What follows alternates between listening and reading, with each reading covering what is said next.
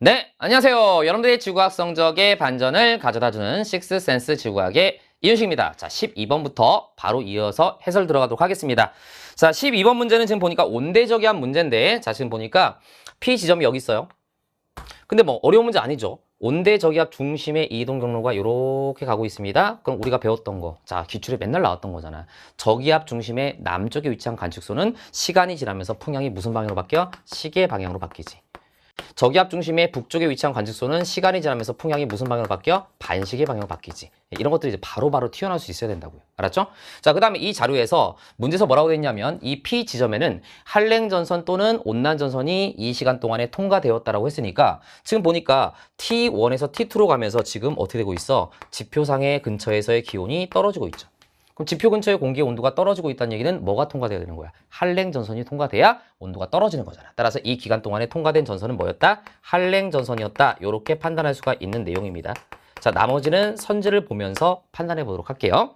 자, 기억! 나에서 높이에 따른 기온 감소율은 T1이 T2보다 작다. 자, 이런 거 걸려두면 안 돼요. 알았지? 계속 말씀드리지만 자, 실수를 할 수는 있어. 자, 그러나 다음에는 똑같은 실수를 하면 안 돼. 알았지? 그럼 여기서 뭐라고 물어봤어? 기온 감소율. 이건 무슨 말이야? 기온 감소율이라는 얘기는 자, 높이 올라갈 때 기온이 떨어지는 비율 이걸 얘기하는 거잖아. 그치? 기온이 떨어지는 비율.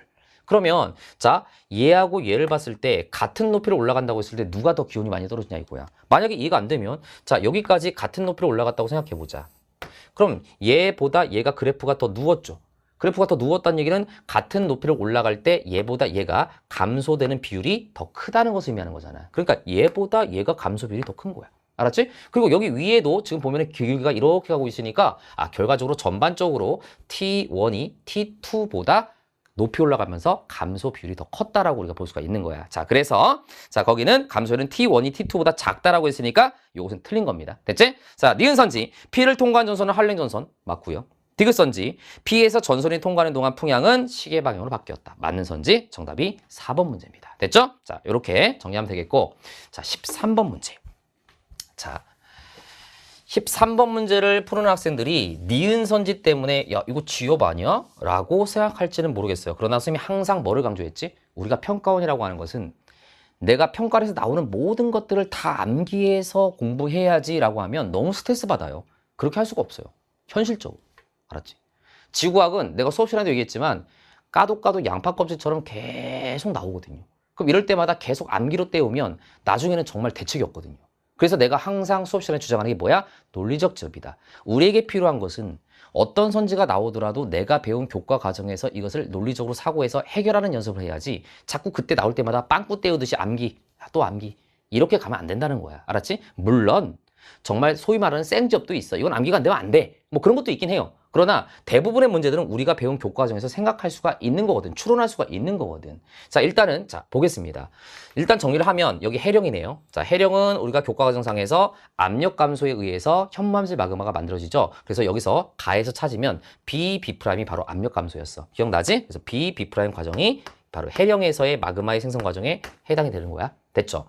그 다음에 여기 이제 섭입대 나왔네요. 자, 섭입대에서 자, 여기 부근에서 만들어지는 게 뭐냐? 자, 이게 바로 현무암질 마그마가 만들어지고 이때 물이 공급되면서, 그지? 멘틀에 물이 공급되면서 여기서 용유점이 하강하면서 현무암질 마그마가 만들어지는 거기 때문에 지금 이 자료를 보게 되면 자, 다 공부했죠? 요 디귿은 뭐야? 물을 포함하지 않는 멘틀의 용곡선. 많이 나왔던 거잖아. 근데 얘가 이쪽으로 이렇게 바뀌죠? 그럼 얘 니는 뭐야? 물이 포함된 멘틀의 용곡선. 됐죠? 그 다음 요건 뭐죠? 요건 물이 포함된 얘들아 써볼게요. 화강암질 마그마의 용곡선이었지.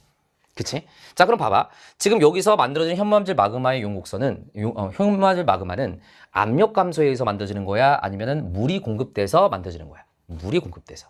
물이 공급돼서 용유점이 하강한 거니까 CC' 과정이 되겠지. 그래서 여기는 CC' 과정에 의해서 현무암질 마그마가 만들어진다라고 우리가 공부했던 거야. 여기까지 됐지. 자, 그런데 문제는 요거야. 여기서 이제 현무암질 마그마가 올라가다가 쌤이 너희한테 수업 시간에 뭐라고 그랬냐면 올라가는 현무암질 마그마는 뜨거우니까 마그마는 뜨겁잖아. 얘가 대륙 지각의 하부를 녹이게 되고 따라서 여기서 온도 증가에 의해서 뭐가 만들어진다고 그랬었지? 유문암질 마그마나 혹은 화강암질 마그마가 만들어진다고 얘기를 했을 거야. 그치? 그러면서 내가 니네한테 수업 시간에 뭐라고 그랬냐면 학생들이 가끔 질문을 한다. 어떤 질문을 하냐? 쌤, 요 과정은 온도 증가에 의해서 만들어지는 거니까 A 프라임 아닙니까? 맞죠. 근데 쌤, A 프라임 과정에서 만들어지는 마그마는 화강암질 마그마지 유무암질 마그마는 안 되는 거 아닙니까? 이렇게 질문을 한다 그랬잖아. 내가 분명히 그렇게 얘기했어. 그지? 그래서 내가 뭐라 그랬어? 얘들아, 유문암질 마그마나 화강암질 마그마나 SiO2의 함량이 63% 이상인 것은 동등하고 결국 유문암질 마그마와 화강암질 마그마는 화학 조성은 같은데 얘가 천천히 식었느냐 아니면 빠르게 식었느냐에 따라서 암석이 될 때 명칭만 제대로 정해주면 된다라고 내가 말씀드렸잖아. 그러니까 우리가 교재에 따라서는 여기를 화강암질 마그마의 용곡선이라고 하지만 여기서 결국 생성되는 마그마는 화강암 또는 유문암이 만들어질 수가 있다라고, 암석이 유문암 또는 화강암이 만들어질 수가 있다라고 이렇게 얘기를 하게 되는 거야. 이해됐지? 그럼 거기서 추론을 해주면 되는 거야. 그런데 봐봐, 여기서 이제 유문암질 마그마가 만들어졌어. 그래서 얘네들이 여기에 이렇게 범위를 표시했으니까 여기서 얘네들이 혼합돼서 분출하는 마그마는 뭐가 만들어져? 혼합된 안산암질 마그마가 주로 분출된다라고 말씀을 드렸었잖아. 그치? 자, 그러면 이걸 응용이 들어가는 거야. 어떻게 응용이 들어가면 되냐면 쌤이 결국 마그마 상태일 때는 유문암질과 화강암질을 굳이 구분할 필요가 없는 거구나. 그래. 암석이 생성될 때 심성암이냐 화산암이냐에 따라서 구분하는 거지, 결과적으로. 그러면 마찬가지로 자, 여기서 분출되는 요 마그마 안에는 안산암질 마그마도 있을 테고 결국 안산암질 마그마가 분출돼서 식으면 안산암인 거고 땅속에서 천천히 식으면 뭐가 되는 거야? 그래, 얘가 바로 섭로감이잖아. 그치? 그래서 우리가 잠깐 한번 써볼까요? 우리가 현무암, 안산암, 유문암이 있었고요. 그 다음에 반려암, 섭로감, 화강암. 이건 내가 반드시 외우두라 그랬었잖아. 요 세 가지가 무슨 암이었어? 화산암이었고. 그지? 요 세 가지가 뭐였어? 요 세 가지가 심성암이었잖아. 그지? 그럼 얘네 둘은 냉각 속도의 차이에서 형성되는 거고 냉각 속도의 차이는 결국 얘가 식은 위치가 땅속이냐 아니면 지표로 분출돼서 식었느냐의 차이가 되는 거잖아. 그리고 자, 이렇게 구분하는 것은 바로 SiO2의 함량에 따라서 나누는 거고. 그죠? 그래서 여기가 63%가 되는 거고 여기는 52%가 된다. 요것도 내가 기억해 두라라고 말씀드렸죠. 그치? 그러면 결국 마그마 상태일 때는 화학 조성은 동등하기 때문에 유문암질 마그마라고 표현해도 좋고 화강암질 마그마라고 표현해도 크게 문제가 안 된다고요. 마찬가지로 안산암질 마그마라고 표현해도 좋고 그다음 섭록암질 마그마라고 표현해도 상관없다고요. 현무암질 마그마라고 표현해도 좋고 반려암질 마그마라고 표현해도 크게 상관없다고요. 중요한 것은 암석이 될 때 지표에서 식으면 이런 암석이 되는 거고 지하에서 식으면 이런 암석이 되는 거지. 물론 우리가 뭐 섭록암질 마그마 이런 표현을 잘 사용하진 않지, 우리 지원 과정에서는. 그치? 그러나 이렇게 된다는 거야, 결과적으로. 그러면 우리가 추론할 때 결과적으로 우리가 배운 교과 과정상에서 여기는 유문암질도 마그마 만들어지지만 현무암질과 유문암질이 섞여서 SiO2 함량이 52와 63 사이에 해당하는 안산암질 마그마가 분출된다라고 배웠잖아. 그럼 여기까지 배웠지. 그러면 문제 선지에서 여기서 섭로감이 형성될 수 있다도 맞는 거라고 추론할 수가 있는 거잖아. 그 힌트는 바로 뭐냐면 쌤이 수업 시간에 얘기했던 여기는 화강암질 마그마의 요용 곡선이지만 우리가 결국은 식었을 때 암석이 입자가 크냐 작냐로 구분하는 거기 때문에 여기서는 유문암질 마그마라고 표현해도 크게 문제가 안 된다라고 내가 말씀을 드렸던 거잖아요. 자, 이해됐어요? 자, 좋아요. 자, 선지 볼게요. 기억. 물이 포함되지 않은 암석의 용곡선은 디귿이다. 자, 맞죠? 맞아. 그 다음에 니은. 비에서는 섭로감이 생성될 수 있다. 맞잖아. 섭로감이 생성될 수 있는 거지. 됐지? 갑자기 섭로감? 여기서? 나 안 외웠는데? 이럴 게 아니라고요. 이렇게 생각하면 안 돼, 접근을. 내가 배운 걸 가지고 여기서 어떻게 적용을 시킬 건가를 생각해야지. 알았지? 자, 그 다음에 자, 디귿선지. A에서는 주로 B, B' 과정에 의해 마그마가 생성된다라고 되어 있습니다. 자, A는 압력 감소니까 B, B' 과정이 맞죠. 정답이 5번이었습니다. 됐지? 여기서 니은 선지 때문에 조금 당황한 학생들이 있었을 텐데 이번 기회에 항상 내가 모르는 선지가 나왔다고 해서 당황하거나 쫄지 말고, 알았지? 내가 배운 내용에서 충분히 추론할 수 있는 것이 분명히 있을 거다라는 믿음을 가져야 돼. 그런데 이렇게 접근을 하기 위해서는 선생님이 항상 주장했던 건 뭐야? 이해 위주로 공부를 해야 된다. 그래야 이게 응용이 되는 거지. 근데 계속 이거 외우고 또 펑크 나니까 이거 외우고 또 펑크 나니까 이거 외우고 이렇게 가서는 안 된다. 알았지? 오케이. 자, 좋아요. 더 이상 잔소리 안 할게요. 자, 춘식아 잔소리 좀 그만해라 이럴까 봐. 자, 14번 갈게요. 나도 배고픈데 잔소리 하고 싶었겠니? 자, 보겠습니다. 14번 문제. 자, 이 문제도 우리가 어쨌든 기출도 변형이라고 볼 수가 있어요. 그래서 과거 기출 냄새가 나는 문제들이 상당히 많았다. 그래서 이번 시험은 기출을 똑바로 정리하는 학생들이 아마 유리한 시험이었지 않았을까. 이것도 내가 기출 문제 분석해 주면서 그 다음에 개념 테크들이 수업하면서 그 다음에 솔텍에서도 뭐 비슷한 내용을 언급했을 거고 여러 번 언급을 했었죠. 두 가지만 머릿속에 넣어두면 돼요. 뭐? 현재 우주의 구성 요소에서 가장 많은 비율을 차지하고 있는 것은 암흑 에너지, 그 다음이 암흑 물질, 그 다음이 보통 물질. 그쵸? 자, 그 다음에 두 번째는 뭘 기억하면 돼? 자, 과거부터 현재로 옴에 따라서, 그치? 과거부터 현재로 옴에 따라서 암흑 에너지가 우주의 구성 요소에서 차지하는 비율은 증가. 그치? 그 다음에 암흑 물질과 보통 물질이 우주의 구성 요소에서 차지하는 비율은 감소. 하나가 더 있네요. 자, 미안해요. 세 가지. 두 가지겠지? 마지막 하나. 뭐죠? 내가 수업 시간에 이런 얘기 했었지. 과거부터 현재까지 암흑 물질이 우주의 구성 요소에서 차지하는 비율은 항상 보통 물질보다 많았다. 그치? 교육청 모의고사도 나왔던 내용이야. 그 세 가지를 조합하면 되는 거야. 그러면 지금 시기가 누가 더 과거고 누가 미래인지는 모르겠어. 그럼 문제 조건에서 어쨌든 현재는 없어. 하나는 과거고 하나는 미래야. 그럼 일단 제일 먼저 T1이 과거고 T2가 미래라고 가정을 해보자.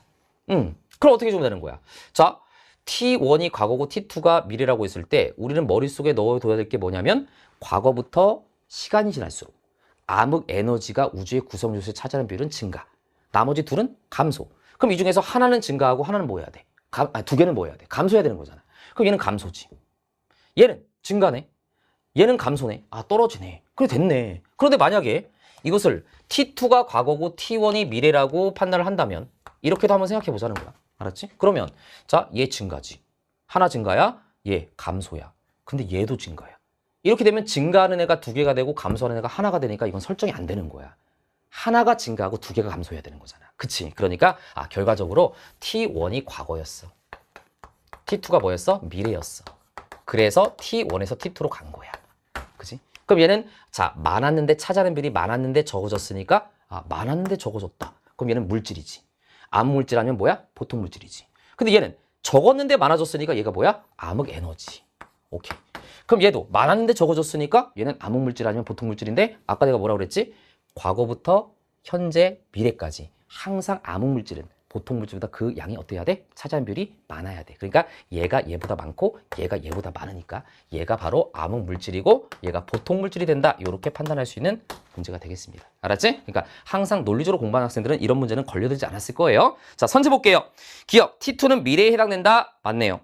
니은 선지 A는 항상 질량의 대부분을 차지한다라고 돼.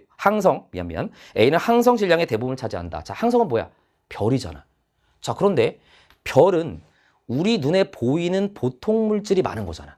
그치? 그리고 우리가 보통 물질의 예를 들 때 보통 별, 은하, 그 다음 뭐 중성자, 양성자 이런 것들 얘기하잖아. 물론 우리가 은하 안에서는 조심해야 돼. 은하 내에서는 우리 눈에 보이는 보통 물질만 있는 게 아니라 우리가 중심부에서 멀어질수록 눈에 보이지 않는 암흑 물질도 어느 정도 많이 차지하고 있는 거잖아. 그래서 은하 중심 핵에서부터 멀어질수록 암흑 물질이 차지하는 비율이 점점 대체로 증가하는 경향을 갖게 되는 거야. 근데 이 문제는 은하라고 하지 않았잖아. 뭐라고 했어? 별이라고 했잖아. 그러니까 별 하나 자체에서는 보통 물질이라고 봐야 되는 거지, 일반적으로. 됐지? 그렇게 보시면 되겠습니다. 자, 그래서 니은 선지는 틀린 선지. 자, 그 다음에 자, 디귿. C는 전자기파로 관측할 수 있다. 자, 얘들아, 보통 물질은 전자기파로 관측이 가능하죠. 그러니까 C가 지금 보통 물질이니까 맞는 선지가 되겠습니다. 그리고 참고로 암흑 물질하고 암흑 에너지는 어떠한 전자기파로도 관측이 안 된다는 것도 다시 한번 머릿속에 넣어두시면 좋을 것 같아요. 알았지? 자, 좋아요. 정답은 3번이 정답입니다. 됐죠? 자, 그 다음에 마이크가 자꾸 돌아가서 자, 잠깐만 15번 가겠습니다. 자, 15번 문제. 자, 15번 문제는 가하고 나와 있는데요. 이 문제도 뭐 너무 쉽죠. 그리고 내가 수업 시간에 뭐라고 그랬냐면 요즘에 이제 요게 EBS에서 많이 나오기 때문에 주결성에서 거성으로 이렇게 가고 여기서 이제 이렇게 내려갔다가 다시 올라가는 요것도 나온다라고 내가 말씀을 드렸었지. 물론 이 문제는 디테일하게 묻지는 않았어. 어차피 나는 A0, A1, A2 중에 하나라고 그랬어. 그러면 이제 우리가 확인할 수 있는 건 얘는 이제 주결성이잖아. 광도계급이 V. 그죠? 얘는 거성이잖아. 광도계급이 2나 3가 되겠지. 3라고 쓸게요. 3. 거성. 됐지? 그 다음에 이렇게 가서 얘는 아마도 이제 백색 외성 쪽으로 왔다라고 볼 수가 있을 것 같아요. 백색 외성이니까 광도계급이 7이 되겠지. 요 정도.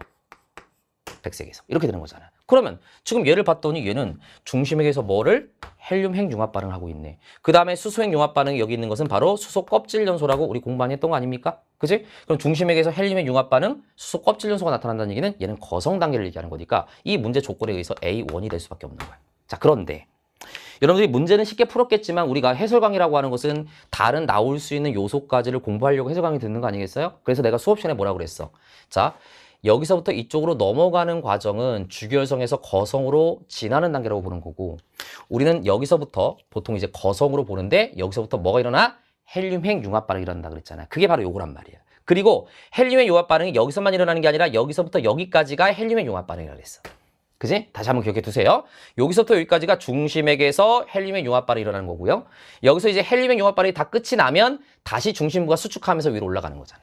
그치? 이렇게 우리가 기억을 해주면 되겠지. 물론 우리가 교과서에 따라서는요.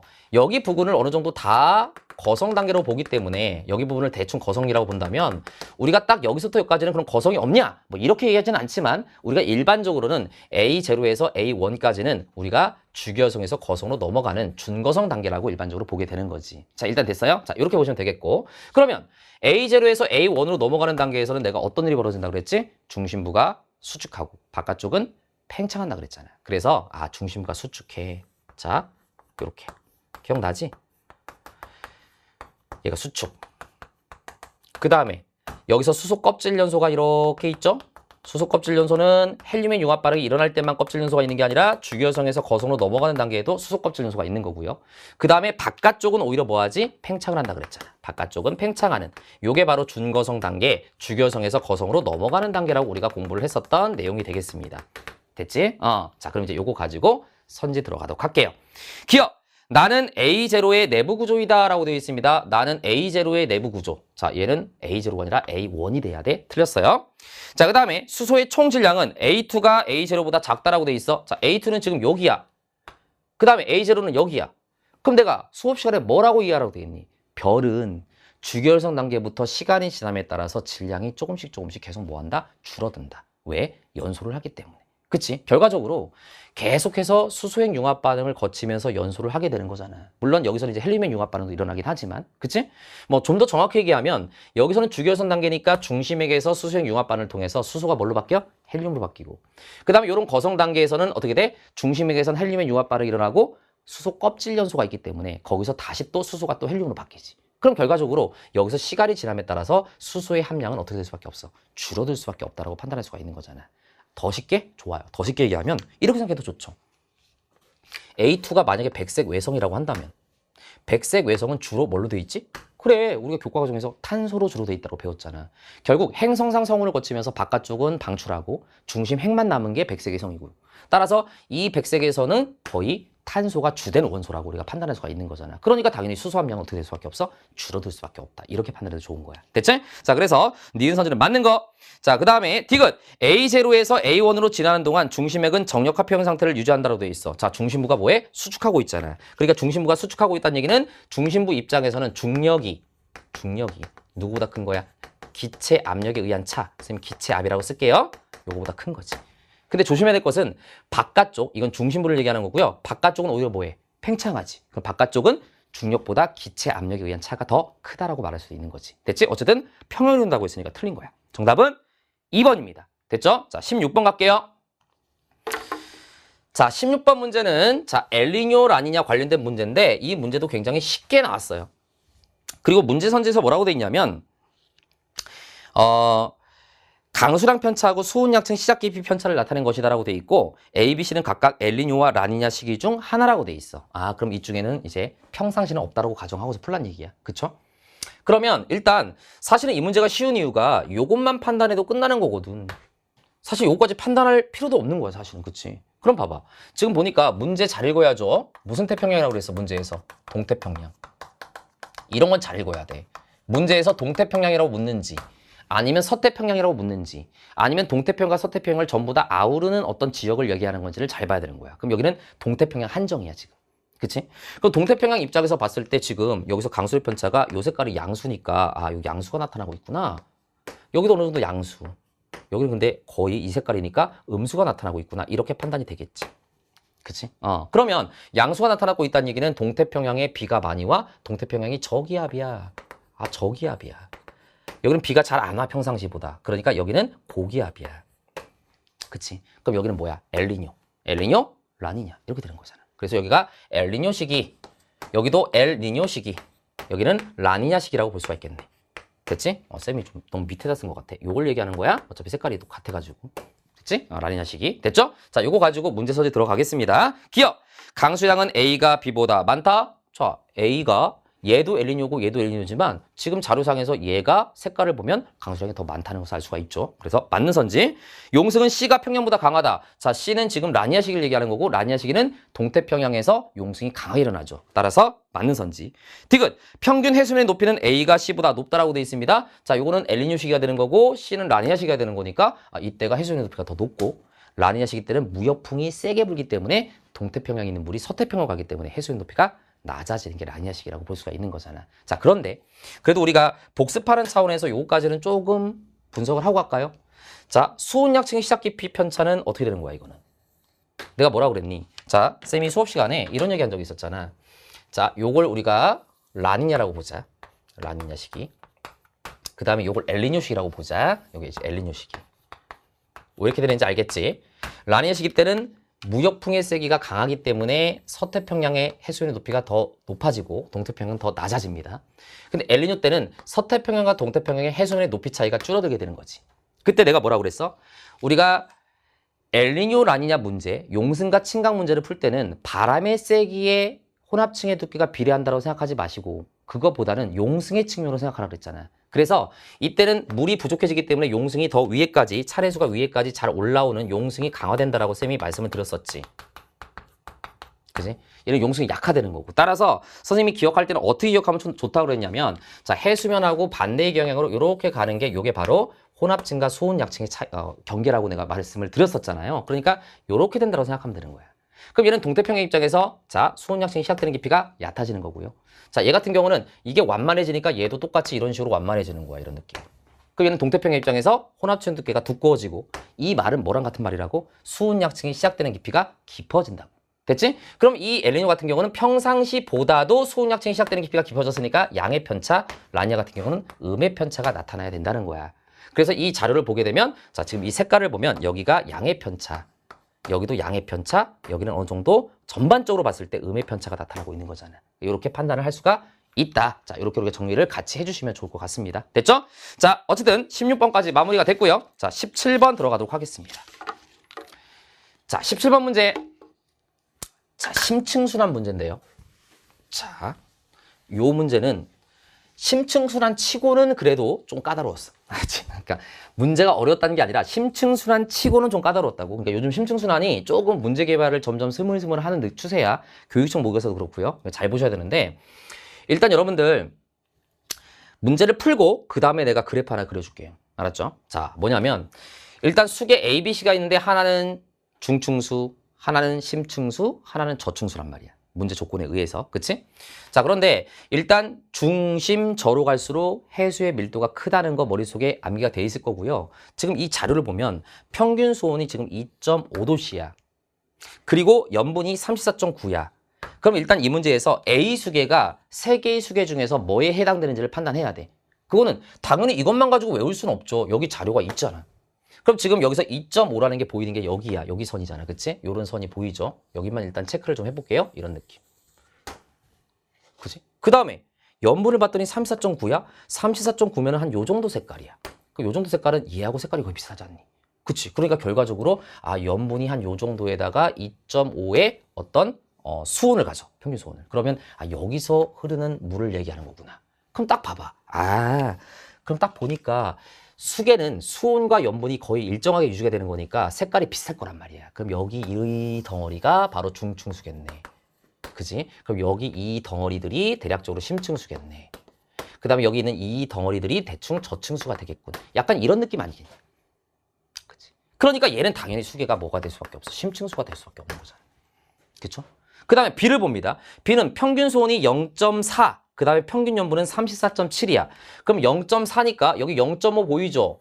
여기보다 살짝 밑에니까 거의 여기라고 근사적으로 보면 돼. 그치? 그럼 여기서 요렇게 가고 있어. 그 다음에 색깔이 지금 요런 색깔이니까 지금 34.7이면 요 정도 색깔하고 비슷해야 돼. 그럼 비슷하잖아. 그치? 그러니까 얘가 저층수구나.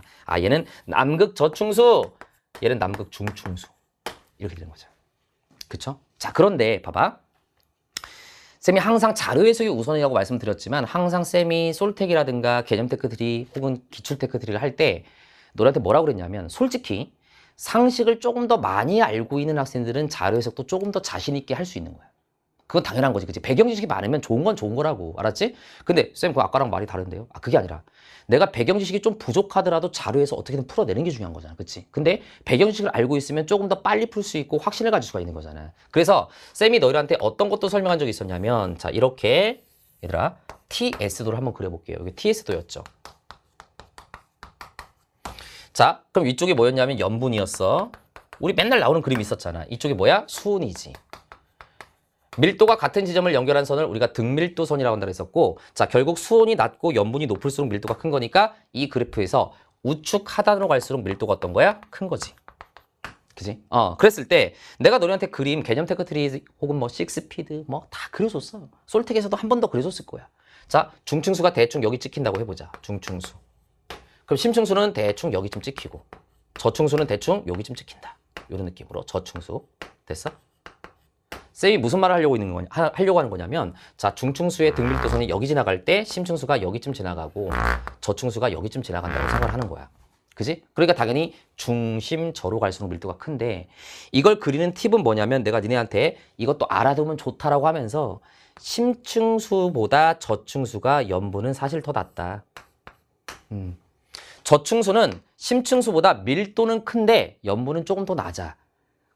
그럼 염분이 더 낮은데 어떻게 밀도가 크지? 수은의 영향을 더 많이 받았기 때문이야 라고 내가 여러 번 강조했었잖아. 그치? 그러면 자, 일단 얘가 심층수라는 걸 판단했을 때, 물론 그냥 이거 자료 갖다 판단해도 좋지만 지금 이 자료를 보면 수은은 심층수보다 더 낮지, 염분은 심층수보다 더 낮아. 그러니까 얘는 무슨 말이냐면 저층수기 때문에 저층수는 심층수보다 밀도가 큰데 염분이 더 낮은데도 밀도가 큰 이유는 수온의 영향을 더 많이 받아서, 수온이 더 낮기 때문이야. 그러니까 수온도 얘보다 낮고 염분도 얘보다 낮으니까 얘가 저층수지. 그치? 이렇게도 판단할 수가 있는 거야. 그래서 이걸 기본적으로 외우고 있는 사람은 바로 이 문제를 접근할 수도 있었겠다, 이런 생각이 드는 거죠. 됐죠? 자, 여기까지. 자, 그래서 기억부터 볼게요. A는 북대서양 심층수이다. 맞네요. 니은 평균 밀도는 A가 C보다 작다라고 되어 있습니다. 평균 밀도는 A가 C보다 커야 되겠죠. 틀렸고요. B는 주로 남쪽으로 이동한다. 자, B는 지금 뭐냐면 B는 저층수예요. 남극 저층수는 남극의 무슨 해? 외대래 쪽에서부터 침강해가지고 이렇게 흘러서 이쪽으로 가죠. 이쪽으로. 그러니까 무슨 말이야? 점점 북쪽으로 진행해 가는 거잖아요. 그치? 남극의 외대래에서 만들어진 게 북쪽으로 가지. 그럼 어디로 가겠냐? 남극이 이미 제일 남쪽인데. 자, 얘들아 어쨌든 간에, 자, 그래서 정답은 1번이 정답, 이렇게 되는 겁니다. 됐죠? 자, 여기까지 하고 칠판 잠깐 정리한 다음에 쌤이 18, 19, 20번 이어서 풀이 들어가도록 하겠습니다.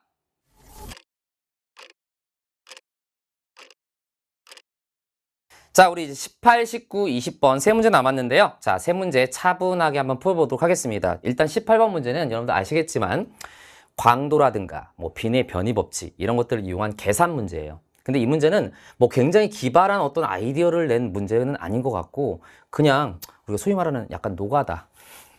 노가다라면 노가다인데, 자, 쌤이 이런 말씀을 좀 드리고 갈게요. 우리가 모의고사를 낼 때 18번의 포지션이 이제 어떤 역할을 할 수가 있냐면, 첫 번째는 18번 문제가 쌤 문제로 나오는 경우도 있어요. 알았지? 그럼 변별력을 주기 위해서 나온 문제가 되겠지. 아니면 지금 여기 나온 것처럼 19번, 20번을 우리가 틀리게 하기 위한 포석의 어떤 단계로 18번을 내는 경우가 있어요. 무슨 말이냐면 18번 문제에서 오답률이 높을 거라고 많이 기대하진 않아. 그래, 니네 풀면 풀어라. 근데 시간 좀 써라, 이거지. 그럼 19번, 20번이 아무래도 난이도가 좀 높은 문제가 포진된다면 시간 부족에 좀 허덕이다가 생각이 잘 안 나서 찍고 나오는 이런 결과가 초래될 수가 있는 거거든.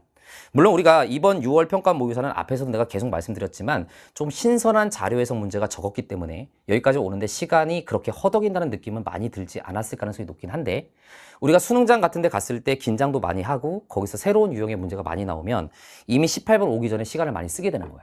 그런데 이제 18번도 계산 연습을 많이 안 하다 보면은 오래 걸리고 결국 풀었지만 19번, 20번을 찍고 나오는 이런 불상사가 생길 수가 있다는 거지. 그러니까 우리가 이 18번은 이런 문제는요, 빠르게 정확하게 푸는 게 중요해. 알았지? 말은 10조 쌤. 그러니까 연습을 많이 해야지. 그리고 이런 문제를 풀 때는 뭐 정확하게 뭐 얼마가 된다를 딱 구해서 답을 보려고 하지 말고 여기서 요구하는 거대로 누가 크냐 작냐 대소관계만 판단하고 넘어가는 게 좋다는 거야, 이런 문제는.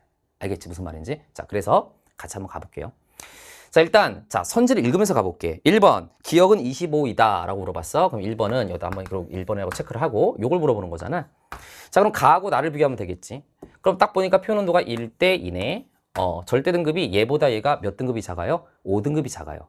그럼 절대 등급이 얘가 5등급이 작다는 얘기는 우리 많이 외웠지? 얘가 얘보다 광도가 100배 크다는 얘기가 되는 거야. 따라서 광도는 몇 대 몇? 1대 100이 된다는 것을 알 수가 있지.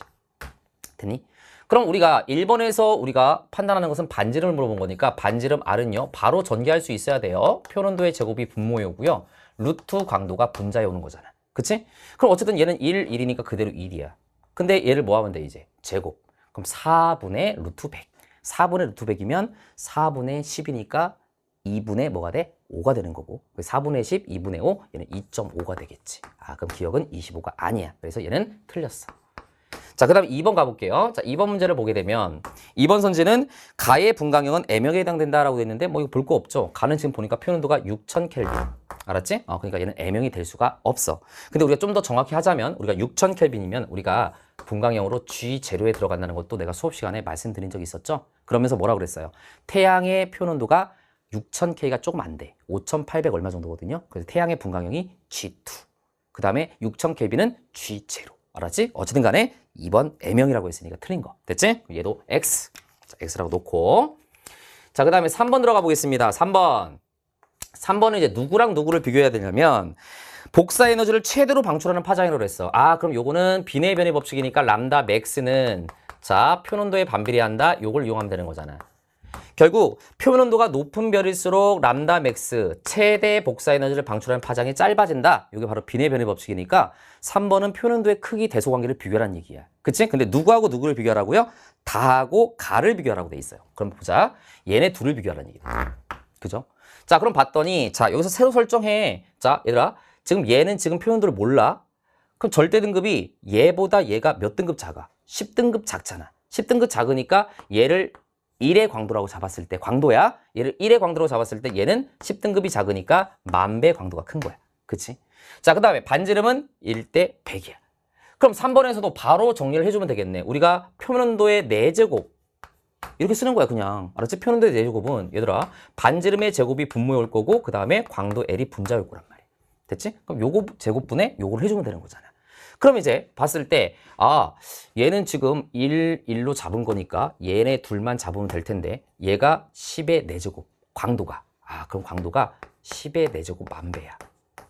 근데 반지름도 100배네. 반지름이 100배라는 얘기는 요게 10의 제곱배.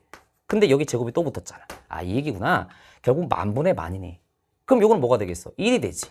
그럼 선생님이 지금 계산하는 방법은 자, 몇 대 몇, 몇 대 몇 이렇게 계산하는 게 아니라 다가 가보다. 이렇게 따진 거잖아. 그럼 1이 된다는 얘기는 무슨 말이야? 둘이 같다는 얘기잖아.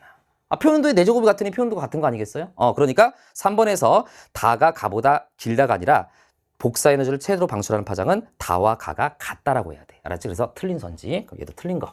됐고요. 자, 그 다음에 4번 가봅시다. 자, 4번은요. 자, 이거 계산이 맞네. 조금 짜증나긴 했겠다.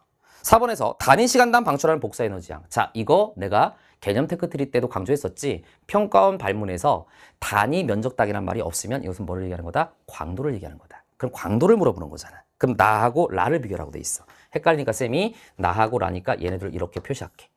됐지? 그럼 얘는 표면 온도의 비가 나와 있으니까 다시 설정해. 표면 온도의 비가 얘보다 얘가 몇 배? 4배잖아. 그럼 4대 1로 잡자. 4대 1이지. 표면 온도가. 그치? 그 다음에 자, 반지를 봤더니 얘 2.5라는 게 나왔잖아. 그럼 얘는 얘가 2.5대 4가 되는 거잖아. 그럼 얘는 그냥 차분하게 쓰자. 자, 어떻게 쓰면 되는 거냐면 일단 자, 표면 온도의 비. 자, 누구하고 누구였죠? 나하고 라였죠? 나하고 라가 있었어. 표현 온도의 비를 구하면 표현 온도의 비가 몇 대 몇이었냐면 4대 1이었어. 저기 멀리 있으니까 좀 헷갈리네. 그지? 그 다음에 반지름의 비는 몇 대 몇이었냐면 2.5대 4야. 맞지? 이거지. 그럼 우리는 뭐의 비를 구하면 돼? 광도의 비를 구하면 되거든. 그럼 광도는 요거의 4제곱 곱하기 요거의 제곱이잖아. 그치? 그럼 어떻게 해주면 돼? 4의 4제곱 곱하기. 그 다음에 2.5의 뭐가 되는 거야? 제곱이지. 요거 대. 얘는 1의 4제곱 곱하기 뭐가 되는 거야? 4의 얘들아 제곱이 되는 거지. 그치? 계산 굳이 끝까지 해야 되니? 아니잖아. 딱 보니까 얘는 4의 4제곱이 있잖아. 그럼 이쪽이 무조건 큰 거. 그치? 그러면 나가 라보다 광도가 커. 그러니까 4번은 맞는 거네. 정답이 4번이야. 끝났지. 5번 가보자. 자, 5번을 봅시다. 5번을 뭐를 이용하는 거냐면, 자, 가와 같은 별 10,000개로 구성된 성단이라고 돼 있어. 자, 그지? 그게 무슨 말이냐면, 우리가 성단이라고 하는 것은 EBS의 수능 특강에 성단을 가지고 우리가 H할도상에서 판단하는 성단의 H할도 문제도 나온 적이 있었고, 내가 솔텍에서 그래서 성단에 대한 정의를 내린 적이 있었잖아. 그치? 이 성단은 별들의 집합이죠. 그치? 그리고 이 별들이 중력 수축을 통해서, 이 성간 물질이 중력 수축을 통해서 동시에 별이 탄생한 거라서 성단을 구성하고 있는 별들의 나이는 같다라고까지 내가 수업한 적이 있었죠. 그죠? 솔텍에서. 그죠? 자, 그럼 봐봐. 여기서 이 별 하나가 가에서 얼마의 절대응을 갖고 있냐면 플러스 3.8인 거야. 그치? 근데 이게 몇 개 있다고? 10,000개 있대. 그럼 이게 10,000개면 10의 4제곱이잖아. 결국 이것은 뭐를 돌려서 얘기한 거냐면 결국 10,000배 밝아졌다는 의미야. 그죠? 이 밝기를 갖고 있는 별이 10,000개 있다는 얘기니까 그 합한 게 우리 눈에 들어올 거 아니야. 그럼 밝기가 이 성단은 10,000배 밝아진다는 거야. 별 하나일 때에 비해서. 됐지? 그럼 10,000배면 당연히 절대등급이 10등급이 작아지면 되는 거잖아. 그럼 여기서 10등급이 작아지는 거니까 이 성단의 절대등급은 10등급이 작아지면 되는 거니까 마이너스 6.2가 될 거란 말이야. 이해됐어요? 무슨 말인지? 그럼 우리는 여기서 다 계산하려고 하지 말고 이거보다 크냐 작냐만 판단하면 끝나는 거 아니야. 그치? 게다가 이 5번 선지에서는 같다라고 그랬어. 같지 않은지만 판단하면 끝나는 거지. 그치? 이런 거에서 시간 많이 쓸 필요 없잖아. 그러면 라하고 비교하라고 했으니까 라를 봐. 라를 보면 그러고 보니 4번에서 우리가 나하고 라를 이미 비교했잖아. 써먹어야지 앞에서 나온 것들을. 그럼 얘네들을 비교했을 때 얘의 절대등급이 마이너스 1점인데 아까 어떻게 됐었지? 4번에서 광도가 나가 라보다 컸잖아. 그럼 얘가 얘보다 광도가 크다는 얘기는 얘보다 얘는 절대등급이 더 커야지. 그지? 다시 얘가 광도가 얘보다 커. 그 말은 얘의 절대등급은 얘보다 작아야 돼. 그 말은 얘의 절대등급은 마이너스 1.2보다는 커야 돼. 그치? 그렇잖아. 그치? 그러면 이렇게 되는 거니까 당연히 얘하고 같을 수가 없는 거잖아. 그치? 그러니까 무조건 끝난 거야. 됐죠? 그래서 정답은 4번이 정답이 된다. 이렇게 풀어주는 문제. 됐죠? 자, 여기까지 완료하면 되겠고. 자, 그 다음에 19번 들어갈게요. 자, 19번 문제는 절대 연령 문제 나왔는데요. 선생님이 절대 연령 요즘에 문제 개발 많이 됐다 그랬어요. 이런 것들 여러분들 잘 풀어야 되는데 솔직히 말하면 우리가 소위 말하는 재능충이라고 있잖아요. 재능충들은요, 사실은 개념만 명확하게 공부해도 이런 것들이 응용이 쓱쓱 되는 애들도 있어요. 믿기진 않겠지만. 근데 내가 너희들이 재능충이 아니라고 비하하는 게 아니고 선생님이 이미 재능충이 아니야. 그치? 그러면 나는 내가 이런 얘기 한 적이 있는지 모르겠지만 내가 천재가 아니라는 게 정말 다행이야. 왜? 천재는 일반적인 사람들의 마음을 이해할 수 없거든. 그렇지 않니? 그렇잖아. 그냥 이게 안 돼? 이거 왜 안 돼? 이해 못 한다고요. 그러니까 나 같은 일반적인 사람이 너희들을 가르쳐야 너희들이 모르는 부분도 나도 같이 내가 공부할 때 이게 어려웠으니까 너희들 이걸 모를 거야. 이런 것들이 있잖아. 그치? 그럼 여기서 조언을 하나 더 하자면 우리는 천재가 아니기 때문에 이런 문제를 많이 연습을 해야 되고 따라서 여러분들은 그나마 축복을 받은 세대인 게 뭐냐면 요즘에는 모의고사가 정말 많잖아. 모의고사, 그 다음에 엔제 이런 것들. 과거에 그런 거 있었냐? 없었어. 여기 앞에 계신 PD님한테 한번 여쭤봐. PD님이 나이가 어떻게 되시는지 모르겠지만 과거에는 애들이 와가지고 내가 강대 재종반 있을 때도 선생님 제가 기출문제 다 풀었는데요. 뭐 할까요? 몇 번 풀었어? 한 번이요. 4번 풀고 와. 선생님 저희 기출문제 4번 풀었습니다. 이제 뭐 할까요? 문제 좀 주시죠. 수특 몇 번 풀었어? 한 번이요. 4번 풀고 와. 이렇게 하다 보면 수능이었거든. 그치? 나도 주고 싶지만 문제를 줄 게 별로 없어요. 솔직히 얘기하면. 왜? 내가 만든 문제가 별로 없었으니까. 과거는 그랬단 말이야. 기출만 똑바로 해라. 이런 느낌이었다. 근데 지금은 굉장히 많은 문제들이 있잖아. 이걸 잘 활용하면 되는 거야. 알았지? 그래서 우리가 결국은 고득점을 받기 위해서는 개념만 가지고는 안 돼. 일반적인 사람들은. 물론 개념이 제일 중요해.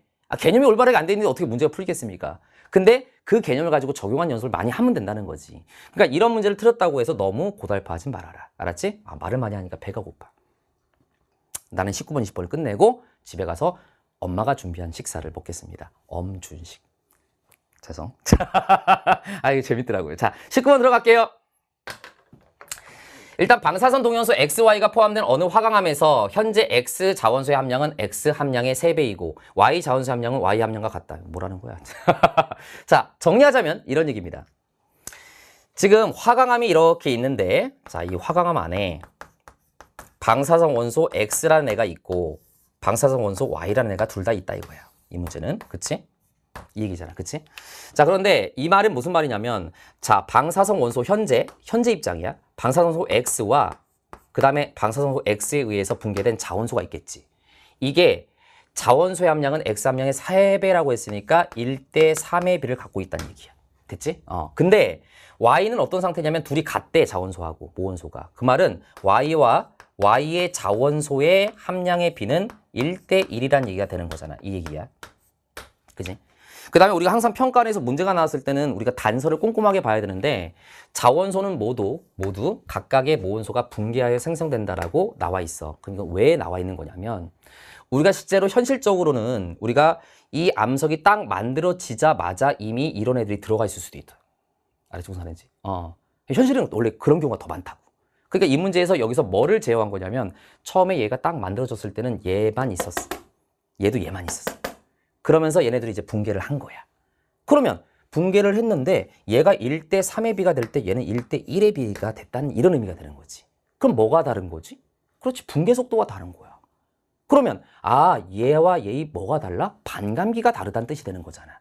그치? 그래서 여기까지만 설명해도 여러분들이 무슨 말인지 이해했겠지만 선생님이 조금 더 너희들한테 이해를 돕기 위해서 그래프를 살짝 그려줄게. 자, 우리가 X축을 시간이라고 잡고요.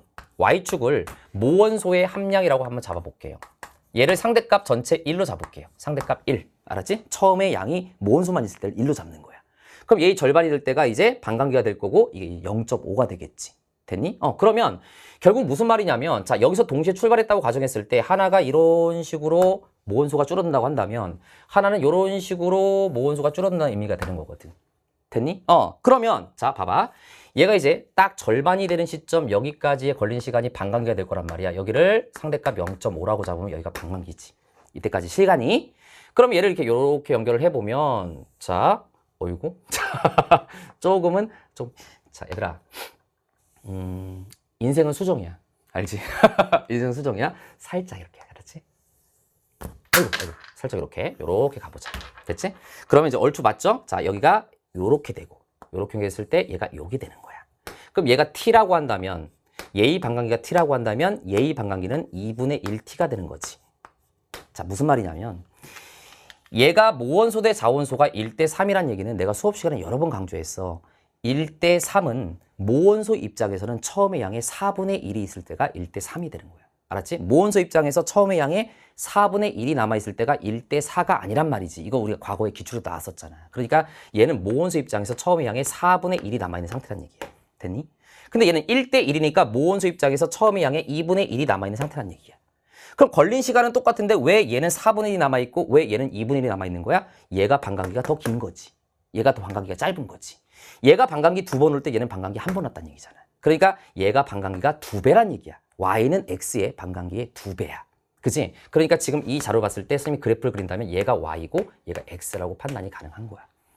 일단 이해됐어요? 그럼 얘들아 이렇게 한번 생각해보자. 자, 어떻게? 자, X가 있고 그 다음에 Y가 있다라고 했을 때 얘네들이 이제 분기가 시작이 되는 거야. 알았지? 암석이 만들어지고 분기가 시작이 돼.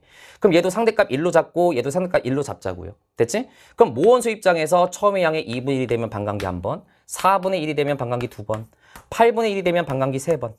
그치? 이렇게 되는 거잖아. 그치? 16분의 1까지만 쓸게요. 그럼 반감기 몇 번? 4번. 그치? 자, 그런데 Y는 X의 반감기의 몇 배라고요? 2배야. 그럼 얘가 반감기 2번 거칠 때 얘는 몇 번 거쳐? 1번 거치기 때문에 얘는 요 시점에서 2분의 1이 남은 거야. 자, 이해됐니? 그 다음에 얘가 16분의 1이 됐을 때 얘는 몇이 남는 거야? 4분의 1이 남는 거야. 이런 느낌인 거잖아. 그치? 근데 현재는 지금 어느 상태란 얘기야? 현재는 요 상태란 얘기야. 이 얘기잖아, 지금. 이게 현재의 상태란 얘기잖아. 여기까지 해석하면 어느 정도 다 감을 잡았을 거라고 믿고 선지 들어가도록 하겠습니다. 자, 볼게요. 화강암의 절대 연령은 Y의 반감기와 같다라고 돼 있어. 야, 얘가 처음에 양의 2분의 1이니까 얘는 반감기 몇 번 왔다고? 한 번 왔어. 현재 한 번 온 상태예요. 그러니까 이 화강암의 나이는 바로 이 Y의 반감기와 같은 거지. 됐지? 반대로 같은 말로 얘기하면 X 반감기의 2번의 나이와 같은 거지. 됐죠? 그래서 기억은 맞는 거. 자, 그 다음에 니은 화강암 생성 당시부터 현재까지 모원소 함량 플러스 자원소 함량분의 모원소 함량의 감소량. 이 문제에서 틀렸으면 니은 선지가 조금은 까다로웠을 수 있을 것 같아요. 말장난을 좀 했거든요. 자, 무슨 말이냐면 자, 이렇게 되는 거야. 여기다 써볼게요. 모원소의 함량 플러스 자원소의 함량이란 얘기는 자, 이것은 결국 뭐를 얘기한 거냐면 전체를 얘기하는 거야. 처음에 전체 양. 왜? 어차피 시간이 지나면 모원소는 줄어들지만 모원소가 줄어든 만큼 뭐가 늘어나? 자원소가 늘어나기 때문에 이건 전체 양을 얘기하는 거잖아. 그치? 요거 분의 뭐의 함량? 모원소의 함량이야. 그치? 모원소의 함량. 그치? 근데 이거에 대한 무슨 양이라고 했냐면 문제에서 감소량이라고 얘기했어. 감소량. 아, 이게 좀 낚시야. 그럼 봐봐. 아마 여러분들이 이런 생각을 했겠구나. 어떻게? 자, 방사능원소 X 입장에서는 현재 처음의 양이 얼만큼 남아있어? 모원소 입장에서 4분의 1이 남아있지. 그러니까 전체에 대한 모원소의 함량이 4분의 1이니까 요거에 대한 요거의 비가 4분의 1이야. 이거야. 그치? Y 같은 경우는 자, 2분의 1이 남아있으니까 요거에 대한 요거의 비가 2분의 1이 되는 거야. 이거 됐지? 자, 그런데 봐봐. 이거는 모원소 입장에서 이 시점에 남은 양이잖아. 그치? 남은 양을, 정확히는 남은 양을 상대값 B로 표현한 거잖아. 그치? 그런데 이 전체에 대한 모원소의 감소량이라는 얘기는 무슨 말이냐면 모원소가 감소한다는 얘기는 감소한 함량이 뭐로 바뀌는 거야? 자원소로 바뀌는 거잖아. 모원소가 감소한 만큼 자원소로 되는 거 아니야? 그치? 그럼 결국 이거에 대한 감소량이라는 얘기는 무슨 말이냐면 자, 결국 이걸 얘기하는 거야. 모원소 플러스 자원소, 즉 전체에 대한 자원소의 증가량이란 말하고 똑같은 말이야. 맞지 않니? 얘가 감소한 만큼 얘가 증가하는 거니까.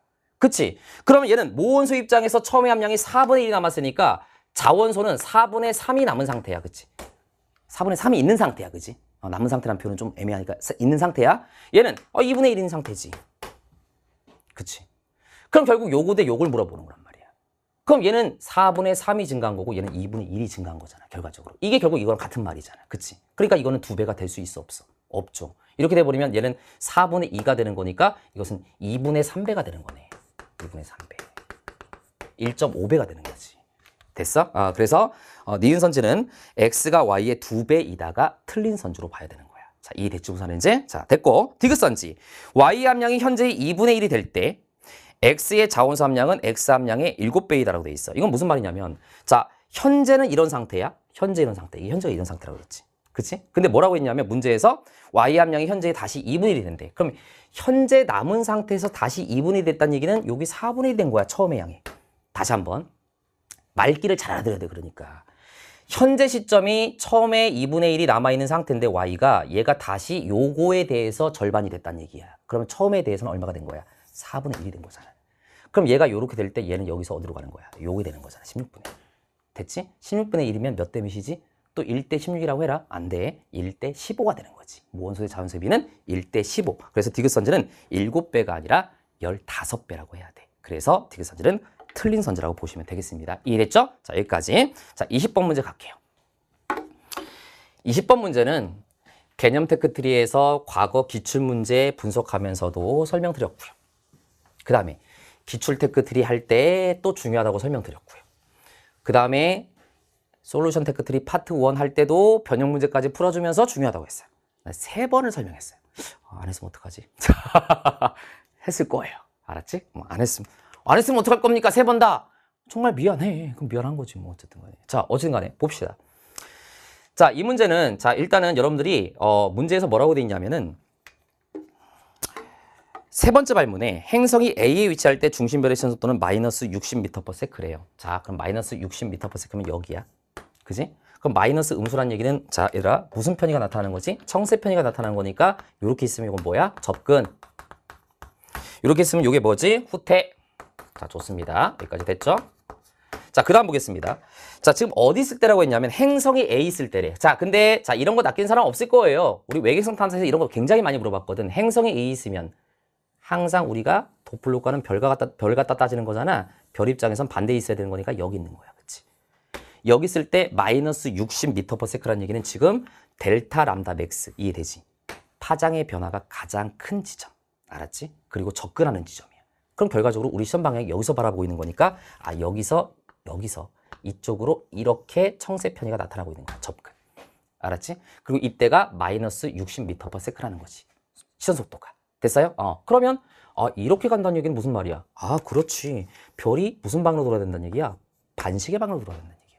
근데 별과 행성은 공전 방향이 같아야 된다고 그랬으니까 얘가 반시계면 행성도 반시계로 돌아야 되는 거야. 따라서 행성 입장에서는 시간 순서가 A, B, C로 간다라고 판단할 수가 있겠지.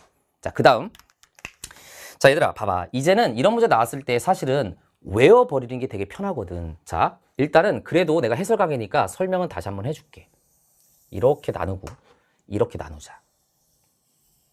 됐지? 그랬을 때, 지금 각을 보게 되면, 요 각이 지금 몇 도가 되는 거냐면, 45, 15도니까, 여기서부터 여기까지는 60도. 그치? 여기서부터 여기까지가 60도야. 여기서부터 여기까지가 몇 도야? 30도야. 그지? 이거 사실 공부 열심히 하는 학생들은 굳이 삼각비를 따지지 않더라도 바로 나올 수 있었거든요, 사실은. 근데 그래도 몰랐던 학생도 있을 테니까 선생님이 설명을 잠깐 다시 한번 드리자면 행성이 C에 있을 때는요, 얘가 지금 공전 방향을 표시하면 이 공전이 이렇게 된다 그랬지, 이런 식으로. 이렇게 되는 거잖아. 근데 우리가 시선 속도라고 하는 것은 항상 우리 눈에 대해서 가까워지거나 멀어지는 속도 성분만을 시선 속도라고 얘기하는데 여기서 잠깐 의아하게 갸우뚱한 애들이 있을 거야. 지금 사실은 시선 속도는 중심별의 시선 속도야. 근데 어쨌든 여기서 따지는 것들이 결국은 중심별에서 따지는 거하고 똑같으니까 우리는 여기서 크게 있는 행성 갖다가 따지면 그 B가 결국은 중심별의 위치에 따른 어떤 B라고 볼 수가 있는 거잖아요. 그러니까 행성 갖다 그냥 따져버린다는 얘기야. 그럼 얘가 시선 방향 이렇게 봤을 때 행성 갖다 따지면 우리 눈에서 멀어지는 속도 성분, 그 다음에 옆으로 가는 속도 성분으로 벡터를 뭐 하자고 했어? 분해를 시키라고 그랬잖아. 이때 우리는 시선 속도는 이게 시선 속도지, 이게 시선 속도잖아. 그치? 됐니 무슨 말인지? 그러면 얘들아 여기서 직각삼각형을 이렇게 살짝 만들어 봤을 때 자 직각삼각형을 얘들아 조금 더 그림이 잘 보이게끔 이렇게 알았지? 직각삼각형을 이렇게 만들어 보자는 거야. 이쪽이 더 길어야 되는 거니까 이런 느낌이잖아. 그치? 그럼 얘들아 여기가 몇 도야? 여기가 30도야. 왜? 여기가 30도니까 여기가 30도야. 맞지? 그럼 직각삼각형을 이렇게 만들어 버리면 얘들아 1대 루트 3대 2가 되는 거 아니겠니? 삼각비가. 됐죠? 그럼 무슨 말이냐? 여기서는요. 여기서의 시선 속도는 곧 뭐와 같아? 공전 속도와 같아. 그치? 지금 별이 여기 있을 때 행성은 여기 있는 거잖아. 이렇게 가는 거잖아. 그치? 우리가 그냥 행성 갖다가 하자. 알았지? 이랬지? 행성 갖다가 그냥 할게. 원래는 중심별 갖다 따져야 되는데 행성 갖다 따지면 똑같으니까. 그럼 얘가 시선 속도가 곧 공전 속도니까 얘를 2라고 잡았을 때. 얘는 얘가 2면 얘가 여기가 2지. 원운동하는 거니까 공전 속도는 항상 똑같잖아. 그치? 근데 얘는 시선 속도도 2야. 근데 얘의 시선 속도는 얼마가 되는 거지? 1이야. 여기 1이잖아, 지금. 그치? 결국, 여기에서의 시선 속도는 시선 속도가 최대로 나타나는 지점의 절반이 될 수밖에 없다는 거잖아. 그러니까 얘는 몇이 되는 거야? 시선 속도가 최대로 나타나는 지점의 2분의 1이 된다는 거잖아. 그치? 그래서 내가 너희한테 외우라고 한 게 딱 봤을 때 시선 방향이 있고 30도, 2분의 1. 됐지? 얘네들 똑같은 식으로 따질 수가 있잖아. 그럼 얘들아, 여기서 써줄게. 자, 일단 지워볼게. 지우고, 나머지도 여러분들이 한 번씩 따져보면 되는데 이제 이런 문제는 많이 나왔으니까 이렇게 머릿속에다가 정리를 해보자. 어떻게? 이렇게 보면 나눠. 됐지? 그럼 시선 방향에서 봤을 때 여기가 30도가 되는 지점.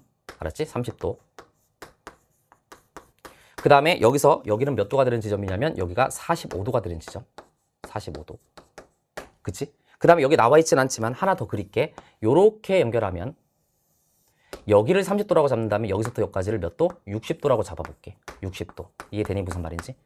즉 여기는 여기를 기준으로 해서 30, 45, 60 이렇게 되는 거야. 됐지? 그랬을 때 결국 어떻게 되느냐?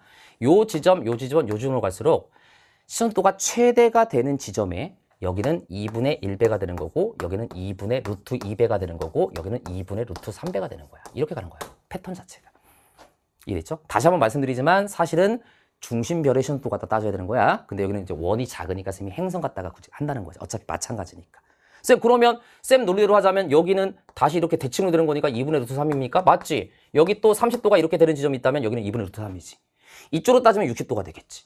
그지? 그럼 2분의 루트 3 여기는 2분의 루트 2 여기서부터 30도가 되는 요 지점은 얘들아 2분의 1 이런 식으로 가는 거야 계속. 그럼 여기도 그냥 말로 할게. 여기는 뭐가 되겠어? 얘기해봐. 여기는 2분의 1 2분의 루트 2 2분의 루트 3. 그지? 여기는 2분의 루트 3, 2분의 루트 2, 2분의 1. 이렇게 되는 거잖아. 한 번씩은 우리가 기출로 나왔으면 이걸 바로 정리한다면 사실 이 문제는 시간 걸릴 것도 없어요. 바로 그냥 풀 수가 있는 문제라고요. 선지 볼게요. 기억. 행성의 공전 방향은 ABC다. 아까 얘기했어요. 맞아요. ABC. 니은.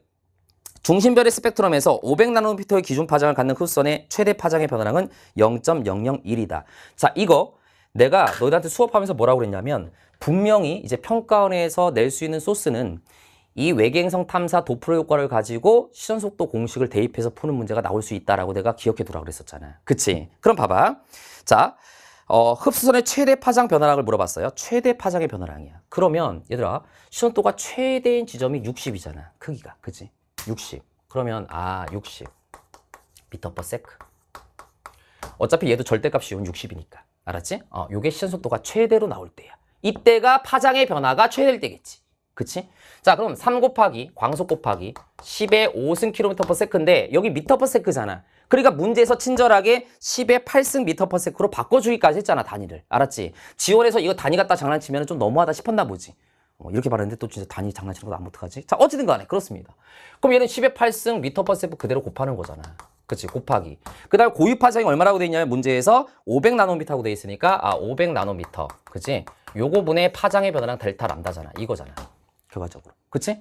그럼 이거 계산하면은 결국 어떻게 계산이 되는 거냐? 자, 얘는 델타 람다 파장의 변화량, 최대 파장의 변화량은 얼마가 되겠어? 자, 요거를 넘겨. 그러면 얘들아 이렇게 쓰면 되겠다.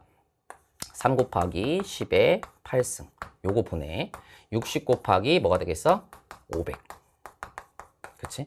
그럼 요거는 3 곱하기 10의 8승 분의 뭐가 되는 거냐면 요거는 6, 5, 30이니까 3 곱하기 0 4개가 될 것 같아. 4제곱. 이렇게 되는 거 아니야. 그치? 그럼 결국 요거 지워지니까 이게 얼마가 되는 거냐면 0 4개 차이니까 0. 맞나? 한 칸, 두 칸, 세 칸, 네 칸. 맞지? 그러니까 0.0001. 아이 졸라 치사하다. 0.001로 냈어? 그쵸. 0.0001. 알았지? 그래서 니은 선지는 틀린 선지야. 알았지? 좀 치사하게 내긴 했다. 그치? 자, 디귿 선지.